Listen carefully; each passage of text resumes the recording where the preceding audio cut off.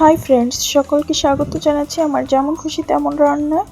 আজ আমি আলু আর আটা দিয়ে এমন একটা নাস্তার রেসিপি শেয়ার করব যার স্বাদ কিন্তু মুখে লেগে থাকবে।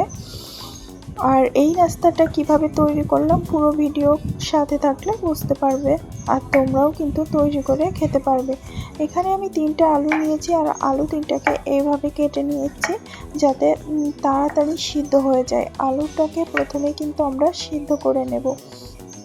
তো এরকম নাস্তার রেসিপি পেতে চাইলে যেমন খুশি তেমন রান্না চ্যানেলটিকে সাবস্ক্রাইব করে রাখতে পারো। এছাড়া পাশে থাকা বেল আইকনটিকে প্রেস করে রাখতে পারো যাতে পরবর্তী ভিডিও আপলোড হলে সবার প্রথমে পেতে পারো। তো বন্ধুরা, তোমরা ভিডিও দেখতে দেখতে যারা এ পর্যায়ে চলে এসেছো, এখনও একটা লাইক দাওনি, প্লিজ একটা লাইক দিয়ে পুরো ভিডিওটা কন্টিনিউ করার অনুরোধ রইল। আলুগুলো কেটে আমি একটা পাত্রে নিয়ে নিয়েছি আর এখন আলুগুলোকে পানি দিয়ে ভালো করে ধুয়ে নেব। তো আলুগুলোকে ধুয়ে আমি সিদ্ধ করার জন্য এখানে একটা হাঁড়ি নিয়েছি আর হাঁড়ির ভিতর কিছুটা পানি নিয়েছি। পানি দিয়ে আলুগুলো সিদ্ধ হওয়ার জন্য বসিয়ে দেব। আর অন্যদিকে বাকি কিছু কাজ আমি করে নেব। তবে এই সিদ্ধ হওয়ার সময় কিন্তু অল্প একটু লবণ দিতে হবে।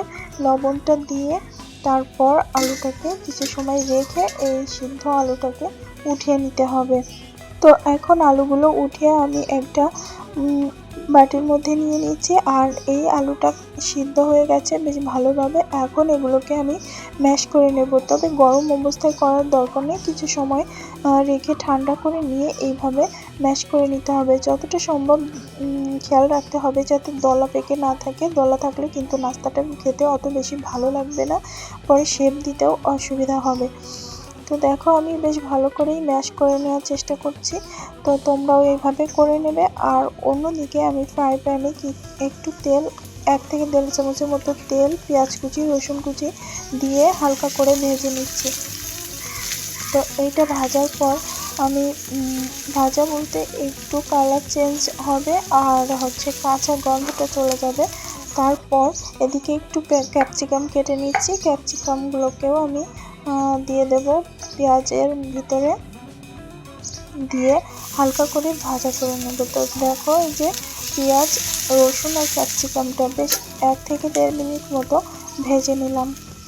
আর এখন এটাকে সরাসরি আমি আলুর যে ভর্তাটা বানিয়ে রেখেছিলাম তার ভিতরে দিয়ে দিলাম। আর এদিকে এই কয়েক টুকরো নিয়েছি, মানে কয়েকটা ডাল নিয়েছি ধনিয়া পাতাটাকেও বেশ কুচি করে কেটে নেব। সাথে নিয়েছি 2টা কাঁচামরিচ। তোমরা এখানে তোমাদের টেস্ট অনুযায়ী ঝালটা ব্যবহার করবে। আমি আমার টেস্ট অনুযায়ী ঝালটা ব্যবহার করছি। এখানে আমার 2টা কাঁচামরিচ হলেই হয়ে যাবে।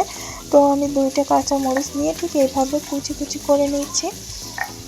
তো সকাল বিকালে চায়ের আড্ডা এরকম একটা স্ন্যাক্স থাকলে কিন্তু বন্ধুরা চায়ের আড্ডাটা জমে যাবে। তো এখন এগুলো কুচি করে নিয়েছি আর এখন এগুলো সেই একই বাটির ভিতরে আমি দিয়ে দিচ্ছি। তো এর ভিতরে কিছু গুঁড়া মশলা দিয়েছি। প্রথমে দিয়ে দিলাম ধনিয়া গুঁড়া, লবণ, হলুদের গুঁড়া, ঝালের গুঁড়া। এখানে গুঁড়াটা স্কিপ করতে পারো। দিয়ে দিচ্ছি 2 চামচ আটা, 3 চামচ আটা দিয়ে দিলাম। আর দিয়ে এখন সবগুলোকে একসাথে ভালো করে মিক্সড করে নিচ্ছি। এখন এই আটার ডোটাকে তৈরি করে নিতে হবে একটু শক্ত করে। তবে এখানে কোনো পানি দেওয়ার প্রয়োজন নেই। এই আলুর সাথে আটার ডোটা মিক্সড হয়ে সুন্দর একটা ডো তৈরি হয়ে যাবে, যেটা থেকে আমরা নাস্তাটা ইজিলি তৈরি করে নিতে পারবো কোনো ঝামেলা ছাড়াই।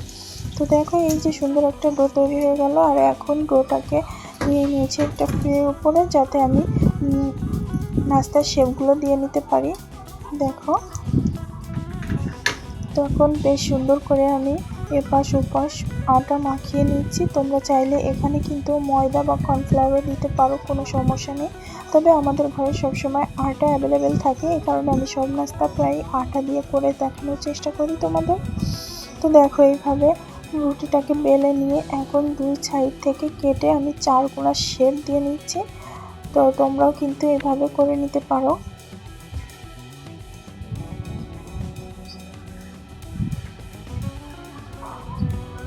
এতে করে সমস্ত নাস্তাগুলোই কিন্তু একই লেভেলের থাকবে, দেখতেও অনেকটা সুন্দর হবে। তো এবার এই লম্বি এইভাবে কেটে নিচ্ছি। আর রুটিটা বেলার সময় খেয়াল রাখবে সমদিকে মানে সম পরিমাণ যেন থাকে, কোথাও কম কোথাও বেশি এরকম না থাকে, একেবারে লেভেলে থাকে, তাহলেই কিন্তু নাস্তাগুলো পারফেক্টলি হবে। আর এই যে এখন কি সুন্দরভাবে কেটে নিচ্ছি, দেখতে কিন্তু বেশ সুন্দর হয়েছে বন্ধুরা।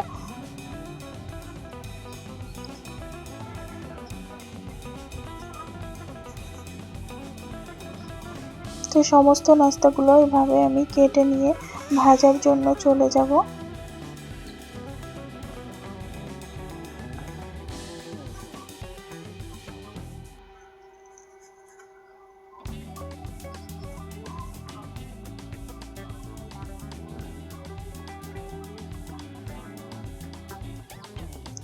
তো রেডি হয়ে গেল, এখন চলো এগুলো নিয়ে ভাজতে চলে আসলাম।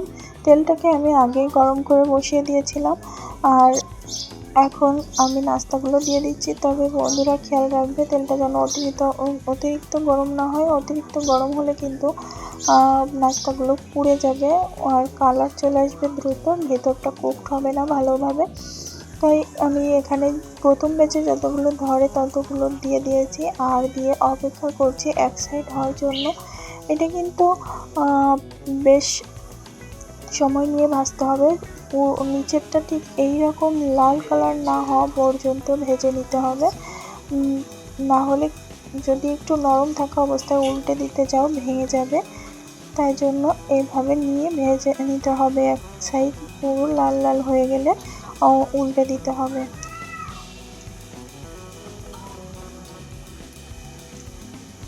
তো পুরো নাস্তাটা কিন্তু এভাবে উল্টে পাল্টে ভেজে নিতে হবে। তো দেখো বন্ধুরা কি দারুণ একটা শেপ চলে এসেছে, দেখতে কিন্তু মাশাআল্লাহ অনেক সুন্দর লাগছে। তো নাস্তাগুলো কিন্তু হয়ে গেছে, এখন আমি উঠিয়ে নিচ্ছি আর তোমাদের মাঝে পরিবেশন করে দেখাচ্ছি। ছোটদের টিফিনে এই নাস্তাটা দিলে কিন্তু বেশ খুশি হবে, বেশ মুচমুচেও হয়েছে। বাই দ্য ওয়ে আজকের ভিডিও এই পর্যন্ত, দেখা হবে পরের কোনো ভিডিওতে। সবাই ভালো থাকবে। আল্লাহ।